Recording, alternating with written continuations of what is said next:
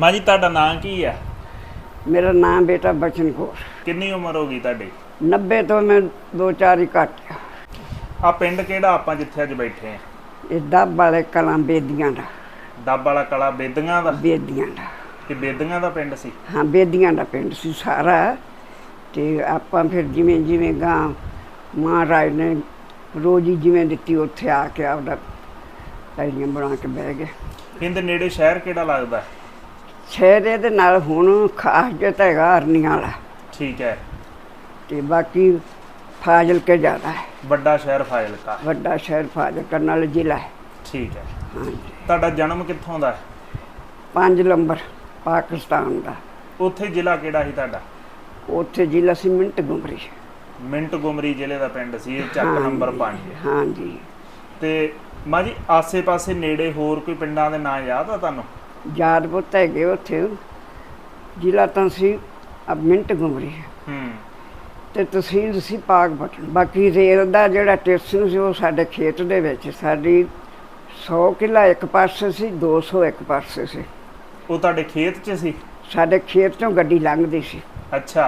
Station साडे खेत च भी हैगा सी, दरबार वाला स्टेशन वजदा। जिहड़ा साडे खेत च स्टेशन सी ना ਹੂੰ। वो दरबार वाला स्टेशन सी। ਤੁਹਾਡੇ ਪਿਤਾ ਜੀ ਦਾ ਕੀ ਨਾਮ ਹੈ? मेरे पिता का नाम तलोक सिंह, ਦਾਦਾ ਜੀ ਦਾ? काला सिंह।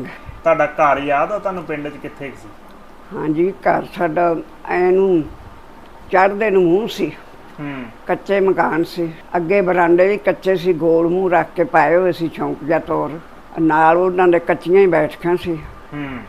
2-3 भरावां दियां अलग-अलग कच्चियां ही बैठकां पातीआं सी। ਤੁਹਾਡਾ ਮਾਂ ਜੀ ਜਿਹੜਾ ਪਿੰਡ ਸੀ ਇਹਦੇ ਵਿੱਚ ਆਪਣੇ ਸਿੱਖ ਸਰਦਾਰ ਪਰਿਵਾਰ ਹੀ ਸੀ ਕਿ ਮੁਸਲਮਾਨ ਵੀ ਸੀ? ना जी, मुसलमान हैगे सी। साडे पिंड तो बाहर असीं नवें पिंड बद्दे सी लंबरां ते जदों गए हैं तो बंडाले साडा पिछा बंडाला सी आ तूतां वाला फिरोजपुर कोल। ਫਿਰੋਜ਼ਪੁਰ ਕੋਲ ਜਿਹੜਾ ਬੰਡਾਲਾ? हाँ जी, ये साडा सी। ਅੱਛਾ। फिर उधर बाहर खुली सी ना ते आंदे सी भी जेड़ा फार्म भर दूगा उन्हां बच्चों नूं पहली 100-100 किला मिल जूगी। ਠੀਕ ਹੈ। साडा दादा बड़ा खाड़कू बंदा सी, उन्हें 3-4 पुत्तां दे फार्म भर वो फार्मां तो 4 नूं आ गई पैली। फिर आंदा इत्थे थोड़ी ते आपां छड्डी आपां जारी ते चलीए। ਹੂੰ। असीं फिर सुलेमान वाला हाइड़ो लंघ के हरिकियां वाला पत्तन ਹੂੰ। फिरोजपुर दे कोल ਉਹ ਕਿਹੜੇ ਸਾਡੇ ਮਾਂ ਪਿਓ ਦੇ ਜੰਮਣ ਤੋਂ ਹੀ ਪਹਿਲੋਂ ਦਾਦਾ ਸਾਡਾ ਉੱਥੇ ਲੈ ਗਿਆ। ਫਿਰ ਉਧਰ ਮਹਾਰਾਜ ਦੀ ਕਿਰਪਾ ਵਾਧੂ ਸਾਰੇ ਧੀਆਂ ਪੁੱਤ ਸਾਰੇ ਰੰਗ ਲੱਗ ਗਏ। ਤੁਹਾਨੂੰ ਤੁਹਾਡੇ ਪਿੰਡ 'ਚ ਹੋਰ ਕੀ ਕੁਝ ਯਾਦ ਆ ਵੀ ਉੱਥੇ ਗੁਰਦੁਆਰਾ ਸੀ, ਕਿਸੇ ਦੀ ਦੁਕਾਨ, ਛੱਪੜ ਕੁਛ? ਨਹੀਂ ਜੀ, ਗੁਰਦੁਆਰਾ ਹੈਗਾ ਸੀ। ਹੂੰ। ਉਹ ਬਾਬੇ ਦਾ ਨਾਮ ਹੀ ਤਲੋਕ ਸਿੰਘ ਸੀ। ਅੱਛਾ। ਮੈਂ ਪੜ੍ਹਦੀ ਰਹੀ, ਮੈਂ ਉਸ ਬਾਬੇ ਕੋਲੇ ਹੀ ਪੜ੍ਹਦੀ ਰਹੀ ਹਾਂ। ਉਹ ਲੰਬਰਾਂ ਦੇ ਪਿੰਡ ਆ ਗਏ ਸਾਰੇ 52 51, ਮੇਰੇ ਨਾਨਕੇ 52 ਚ ਸੀ। ਹੋਰ ਮਾਂ ਜੀ ਇਹ ਪਿੰਡ ਦੇ ਵਿੱਚ ਕੋਈ ਤੇ ਬਾਕੀ ਮਰਾਸੀਆਂ ਦੇ 2 ਘਰ ਹੈਗੇ ਸੀ। ਤੁਹਾਡੀਆਂ ਰਿਸ਼ਤੇਦਾਰੀਆਂ ਉੱਥੇ ਕਿਹੜੇ-ਕਿਹੜੇ ਪਿੰਡਾਂ 'ਚ ਸੀ? 3 ਨੰਬਰ ਸਾਡੀ ਮਾਸੀ ਸੀ, ਬਾਕੀ 5 ਨੰਬਰ ਚ ਅਸੀਂ ਆਪ, 4 ਨੰਬਰ ਚ ਮੇਰੀ ਭੂਆ ਸੀ, 29 ਚ ਵੀ ਮੇਰੀ ਭੂਆ ਸੀ, 52 ਚ ਮੇਰੇ ਨਾਨਕੇ ਸੀ। ਹੋਰ ਇੱਧਰ ਦਾ ਸਾਨੂੰ ਵਿਆਹ ਕੇ ਸਾਡਾ ਭਰਾ ਹੀ ਨਹੀਂ ਸੀ ਪੁੱਤ, ਹੂੰ। ਭੈਣਾਂ ਸਾਂ 4। ਸਾਡਾ ਜਿਹੜਾ ਦਾਦਾ ਸੀ ਨਾ ਉਹ ਤੇ ਭਾਈ ਬਾਪਾ ਫੇਰੇ ਤੋਰੇ ਵਾਲਾ ਸੀ। ਅੱਛਾ। ਤੇ ਜਿਹੜੇ ਚਾਚਾ ਤੇ ਪਿਓ ਤੇ ਤਾਏ ਸੀ ਉਹ ਖੇਤੀ ਕਰਦੇ ਤੇ ਨਾਲ ਸੀਰੀ ਹੁੰਦੇ। ਤੁਹਾਨੂੰ ਨਾਂ ਯਾਦ ਆ ਕੋਈ ਉੱਥੇ ਸੀਰੀਆਂ ਦਾ? ਹਾਂਜੀ। ਹਾਂ, ਲਾਲੂ, ਜੀਵਨ, ਮੋਹਰਿਆਂ ਦੇ ਨਾਮ ਹੁੰਦੇ ਹੈਗੇ, ਉਹ ਮੁਸਲਮਾਨ ਸੀ। ਤੇ ਫਿਰ ਮਾਂ ਜੀ ਕਿਵੇਂ ਉੱਥੋਂ ਪਿੰਡੋਂ ਨਿਕਲੇ ਆ ਉਹਦੇ ਬਾਰੇ ਦੱਸੋ ਥੋੜਾ। ਪਿੰਡੋਂ ਪੁੱਤਾਂ ਨਿਕਲੇ, ਤੁਹਾਨੂੰ ਦੱਸਿਆ ਵੀ ਖੇਤੋਂ ਆਏ ਆ। ਠੀਕ ਹੈ। ਸੁਣਦੇ ਸਾਂ ਵੀ ਰੌਲਾ ਪੈਣਾ, ਪਿੰਡ ਛੱਡਣੇ ਪੈਣੇ। ਲੈ ਕੇ ਢੋਲ ਵੱਜਿਆ ਤੇ ਢੋਲ ਦੇ ਨਾਲ ਹੀ ਸੁਣ ਕੇ ਖੜਕਾ ਚ ਉੱਠ ਕੇ ਭੱਜ ਤੇ ਖੇਤੋਂ ਤਾਂ ਆਏ ਅਸੀਂ ਸਾਰੇ ਬੱਚੇ। ਠੀਕ ਹੈ। 3 ਘੋੜੀਆਂ ਤੇ ਸਾਨੂੰ ਲੈ ਕੇ ਗਿਆ ਨੇ, ਤਾਇਆ ਤੇ ਚਾਚਾ ਆਏ ਨੇ, ਨਾਲ ਇੱਕ ਸੀਰੀ ਆਇਆ। ਅਸੀਂ ਉਹ ਇਕੱਠੇ ਸੀ 4 ਭਰਾ। ਮੁਸਲੇ ਪੈ ਗਏ।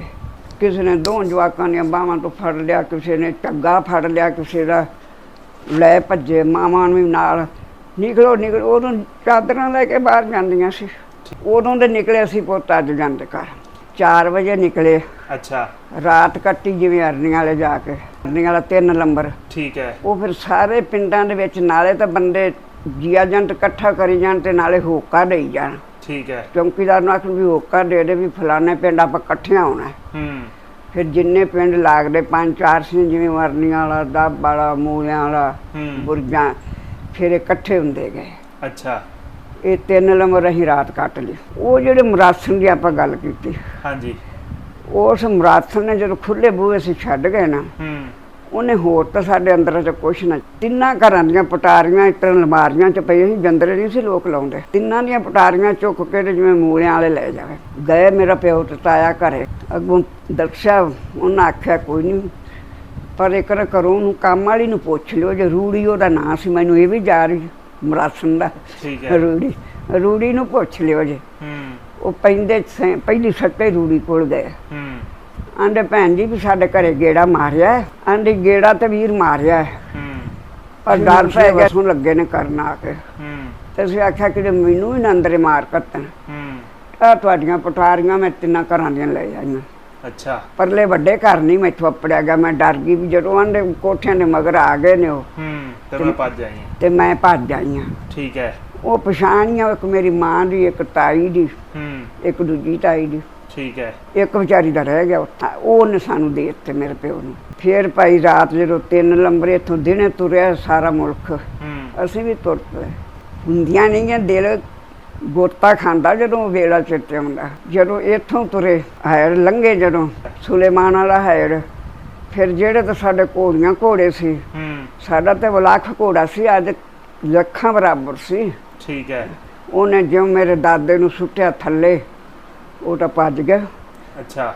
ਜਿਹੜੇ ਨਿਆਣੇ ਨੇ ਉਹਨੇ ਘੋੜੀਆਂ ਤੇ ਬੈਠੇ, ਘੋੜੀਆਂ ਸਭ ਪਾਣੀ ਦਾ ਖੜਕਾ ਤੇ ਛੱਲ ਸੁਣੀ ਤੇ ਉਹ ਤਾਂ ਭੱਜ ਗਏ ਸਾਰੇ।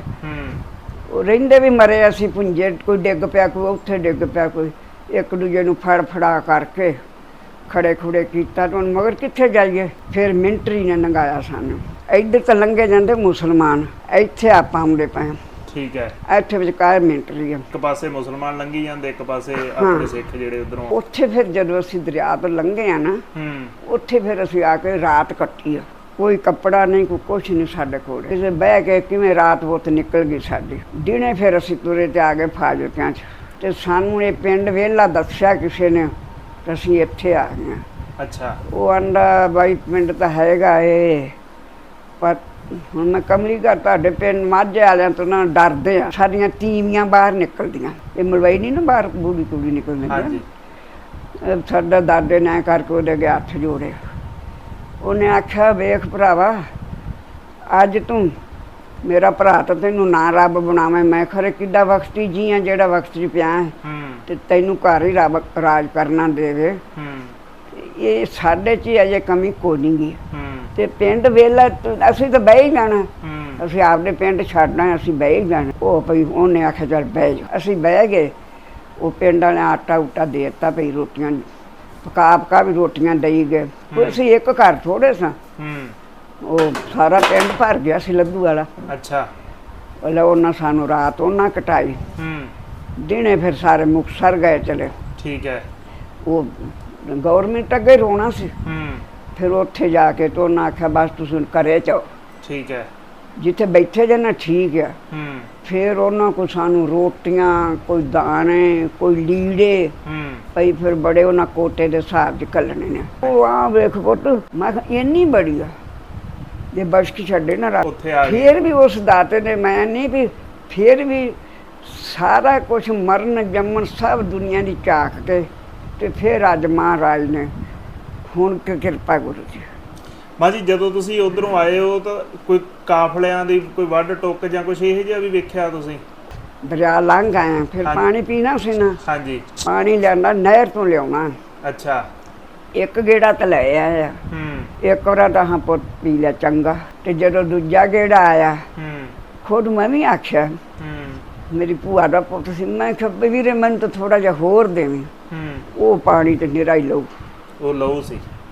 ਐ ਵੀਰੇ ਇਹ ਪਾਣੀ ਕਿੱਟਾਂ ਦਾ, ਅਗਲਾ ਪਾਣੀ ਉੱਤ ਨਹੀਂ, ਤੇ ਲਾਲ ਹੀ ਬੜਾ ਆ। ਦੂਜੇ ਫੀਤਾ ਜਾਏ, ਅਗਲਾ ਪਾਣੀ ਨਹੀਂ, ਤੇ ਲਾਲ ਹੀ ਬੜਾ। ਜੇ ਜਾ ਕੇ ਵੇਖਿਆ ਜਿਹੜਾ ਛੇਕੜ ਤੇ ਪਾਣੀਆਂ ਲਿਆਇਆ, ਉਹ ਆਂਦਾ ਨਹਿਰ ਤਾਂ ਮੁਰਦਿਆਂ ਦੀ ਭਰੀ ਆ ਗਈ। ਆ ਸੁਲੇਮਾਨ ਵਾਲਾ ਹੈਡ ਜਿਹੜੇ ਸੀ ਨਾ, ਹਾਂਜੀ, ਜਿਹੜੇ ਦਰ ਹੁੰਦੇ ਆ ਨਾ, ਹਾਂਜੀ, ਦਰਾਂ ਦੇ ਵਿੱਚ ਬੰਦੇ ਜਿਵੇਂ ਫਸਣ ਤੱਕ ਗੱਲ ਹੋਈ, ਇੰਨਾ ਮੁਰਦਾ ਆਇਆ ਵੱਡੇ। ਉਹ ਵੱਡੇ ਕਾਟੀ ਇੱਧਰ ਹੋਈ ਸੀ। ਆ ਜਿਹੜੇ ਇੱਧਰੋਂ ਰੱਬ ਜਾਣੇ ਇਹਨਾਂ ਦੇ ਸੀ ਕਿ ਮੁਸਲਮਾਨਾਂ ਦੇ ਸੀ ਕਿ ਆਪਣੇ ਕਾਫਲੇ ਲੰਘੇ ਸੀ। ਤੂੰ ਆਪਣੇ ਸਾਰੇ ਬਾਰਡਰਾਂ ਤੋਂ ਲੰਘੇ ਆ ਨਾ, ਹਰੀਕਿਆਂ ਵਾਲੇ ਪੱਤਨ ਤੋਂ ਵੀ ਲੰਘੇ, ਇੱਥੋਂ ਵੀ ਲੰਘੇ, ਮਾਂ ਜੀ ਪੁਰਾਣਾ ਪਿੰਡ ਚੇਤੇ ਆਉਂਦਾ ਹੁਣ ਵੀ? ਪੁਰਾਣੀ ਸਰਦਾਰੀ ਤੇ ਮੈਨੂੰ ਅਜੇ ਵੀ ਚੇਤੇ ਆਉਂਦੀ ਹੈ ਵੀ ਆਏ ਰੱਬਾ। ਫਿਰ ਜਦੋਂ ਦਿਲ ਪਾਪੀ ਦੋ ਪਾਸੇ ਫਿਰ ਜਾਂਦਾ, ਇਹ ਦਿਲ ਕਾਇਮ ਨਹੀਂ ਰਹਿੰਦਾ।